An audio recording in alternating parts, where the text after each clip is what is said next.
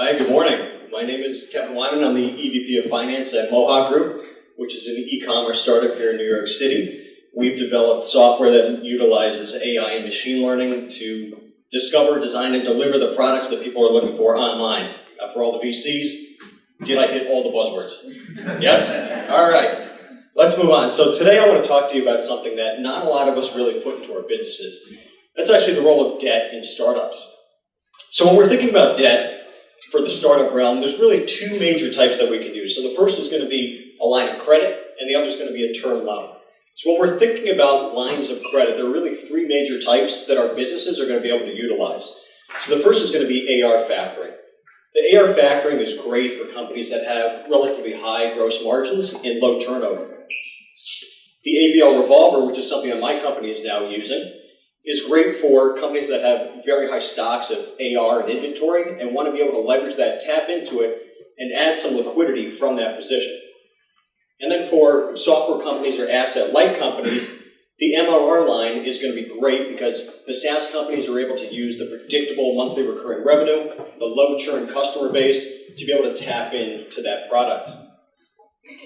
On the term loan side, there are really two different types. So one is going to be your traditional bank loan. That's going to be great for companies that are generating positive EBITDA, that have a relatively strong credit profile. But for probably most of the companies in this room and mine as well, we're looking at venture debt. And venture debt is a really, really special product that's meant specifically for VC-backed companies. And the great thing about it is you can be a cash-burning business and still get a loan. So now you're running your company. You know, I want to bring on debt onto my books.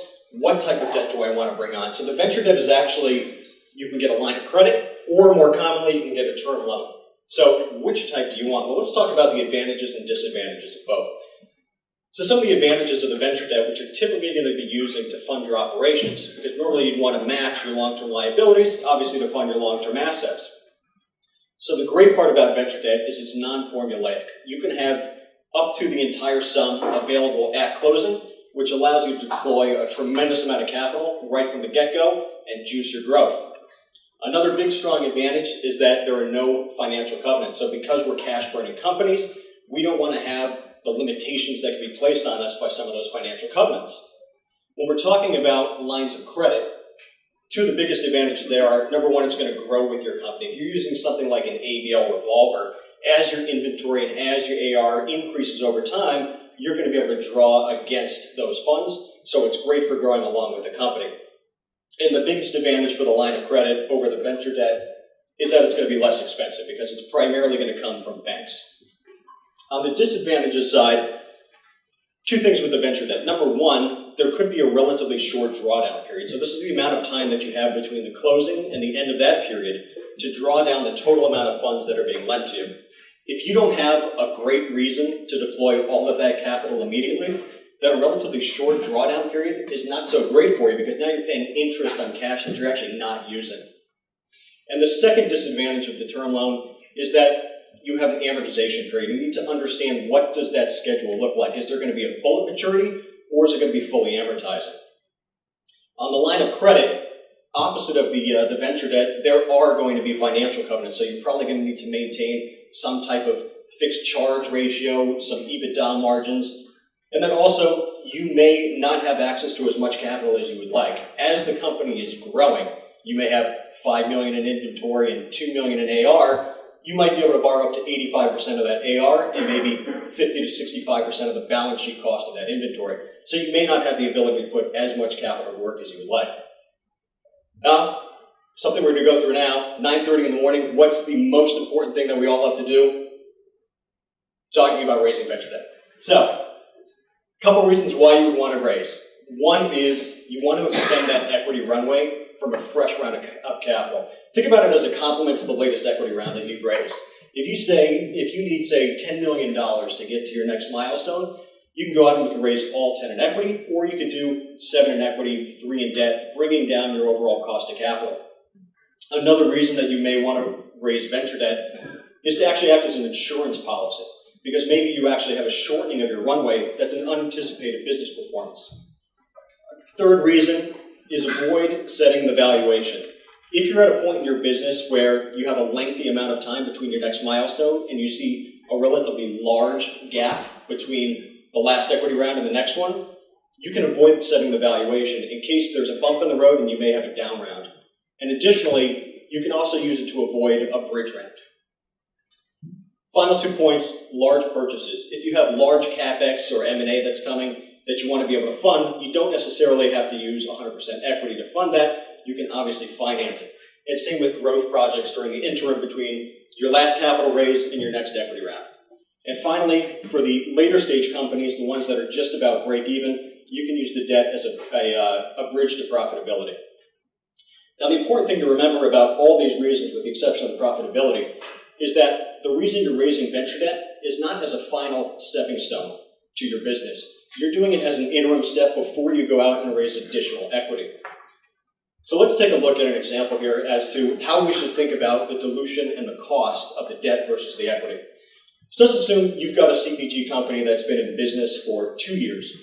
And to date, the co-founders have provided 100% of the equity capital. So they have 100% stake in the company. They go out, they raise their first round of institutional equity, and they've raised $1 million at a $10 million valuation. So management now has diluted 10%. We're now 3 months down the road, and we say, we have to extend our runway. We're burning cash at a faster rate. We still have more time before we hit our next milestone. How can I extend that runway? So the question is, do I want to use debt? Or should I go out and use equity? Well, let's take a look at the equity first. So we go out and we raise our Series B. We're going to raise $3 million at $15 million. So now we can see that the management has actually diluted itself 18 percentage points just to gather another $3 million. And the Series A investor has diluted him or herself by 2 percentage points.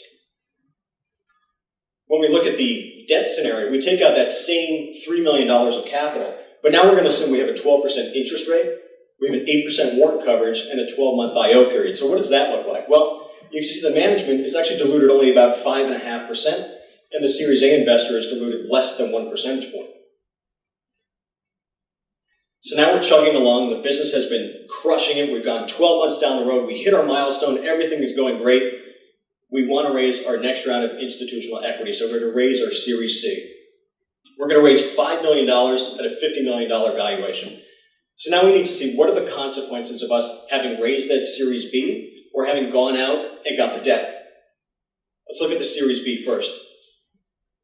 Based on that dilution from the Series B, you can see that after the Series C, the management team is diluted significantly to less than 65% ownership stake, all the way down from the 90%. The Series A investors also diluted relatively significantly down to 7.2%. On the debt side, however, you can see management only is diluted down to 76%, and the Series A investor about 8.5%. So the conclusion we get from this, management is saving over 11 percentage points by raising that $3 million in capital from the term debt lender rather than going out for more institutional equity. And I know I'm talking specifically to the management teams here, but for the VCs, it's obviously beneficial for you too. So now we've decided, okay, we're going to go out and raise debt. We've pitched equity before. We just had our equity round. Well, how do I go out and how do I pitch lenders? Well, the key understanding that you need to have is the difference between how an equity investor is going to think and how a financing lender is going to think. And so the way I like to break it down is that equity investors are thinking, well, how do I win?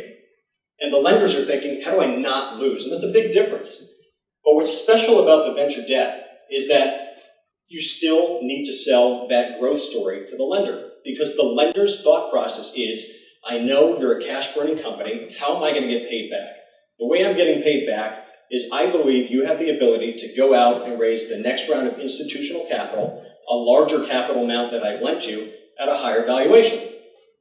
And so the best time to do this is right after that equity round.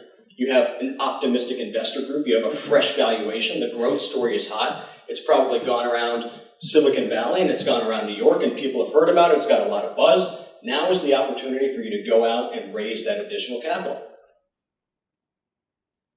So now we've gone out, we've pitched a whole bunch of different lenders, and we have a bunch of term sheets in front of us.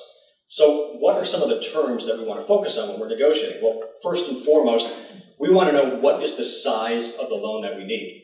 And that's going to depend, obviously, on what your use of capital is going to be. You don't want to provide, or you don't want to take down too much capital because now you're paying interest on cash that you're not using. But at the same time, you want to make sure you're not taking too little capital that's not going to get you to your next milestone. So have that firm understanding as to what the size is that you're going to need. Second, we want to think about the price of that debt. The price can be broken down into a couple components. So one is going to be the origination fees, which are usually about 1 to 2 percentage points of the total loan. You're going to have an interest rate, which is typically fixed, and that's going to be based on prime plus about 5 to 9 percentage points, depending on your credit profile. And then you also want to think about prepayments. And one thing about prepayments is there are two different types that you'll probably see in the venture debt. So one is going to be a make-whole, where all of that interest that's due at the end of the loan is going to be accelerated to your prepayment. And the second is going to be actually a tiered penalty on top of that. So not only will you have the make-whole, but you may have a step down of a 2% premium, 1% premium, 50 basis point premium that's going to be due on top of that if you decide to prepay. A third term to keep in place, and we spoke about this a little bit earlier, is the drawdown period. The longer that period is, the more beneficial to you. Because if you can draw the capital that you need in real time and pay interest on just that capital, that's going to be the most cost efficient and capital efficient for your business. If you have a drawdown period of 1 month and it's a $10 million loan and you have $5 million that you can put to work immediately, well, now you have $5 million sitting on your balance sheet that you're paying interest on that's not doing anything for your company. You also want to think about the maturity. So typically, the term loan is going to be about 36 months after that drawdown period is complete. And in addition to the maturity, you need to think about the amortization period. So one great thing about venture debt is that you can get some pretty lengthy IO periods. Now, I've seen they range from about 6 months, you can go all the way up to 18 months. And the thing to consider with the IO is understand when you think you're going to need to go out and raise that additional round of institutional equity. So if you think you go out in 12 months and you raise your Series B or Series C or Series D, an 18-month IO period actually gives you a tremendous amount of runway. It gives you that 6 months of cushion to raise that additional equity so that you can have the cash available if you're still burning to pay down that term loan. And you also want to think about what does the end of that term look like? Is it going to be a bullet amortization or fully amortizing? Probably one of the most unique aspects of the venture debt is going to be the warrant coverage. And what this typically covers is about 1 to maybe 2% with respect to dilution. And so you need to take that into consideration and make sure you model it out because this is where your real cost of capital is coming in. Now the benefit of venture debt is that it is certainly less dilutive than equity, but it still could potentially be dilutive. If you're great at negotiating, there are ways that you can get around warrants and you can go to 0 warrant coverage. You're probably just going to raise the interest rate. If that's something you're comfortable with, if you know that you can go out in a couple more months or a year and raise that next round of equity at a significantly higher valuation, absolutely press for it. And finally, you want to consider the covenants that are in there. So the great thing about venture debt on the term side is that there are generally no financial covenants. So you have maximum flexibility with how you can run your business and how you can present those financials. There may potentially be some negative and affirmative covenants. On the negative side, things may be a limitation to additional indebtedness. You may need to subordinate additional debt with the lender's approval. And then generally limitations on M&A and dividend payments to your shareholders. So now you have all these term sheets in front of you. You've thought about what the best relationship is going to be. You've signed that term sheet. Now what does the diligence process look like? Well, remember, the key thing with the venture lender is that they want to know that you have the ability to pay back the loan. And how are you going to do that? By understanding the growth story and understanding that you can go out and you can raise that additional round of institutional equity because that's how they get the security in the loan itself. So because of that, the diligence process is actually going to look very similar to the diligence process you went through for the equity side. They're going to dig pretty deep into your financials, but more importantly, they want to understand the management team, they want to understand the growth story, they want to understand the prospects, and they want to understand your equity raise path as well as future exits for the company as well. And then just like you did with the equity lending, with the equity investors, you want to ask for references because this is going to be a long-term relationship that hopefully turns out to be a very positive one. And you want to understand if there's a bump in the road and if things go south, how is that lender going to react? Is that lender going to be willing to have a workout with you? Are they going to move to call back that loan? That's the question that you need to ask yourself. And then once all of this is done, you now have the ability to go out, you've got that capital coming in, and you think to yourself, I did such a great job, I'm going to push my enterprise value by 5x now before I go out and raise my next equity, and I've just saved my company a tremendous amount of dilution.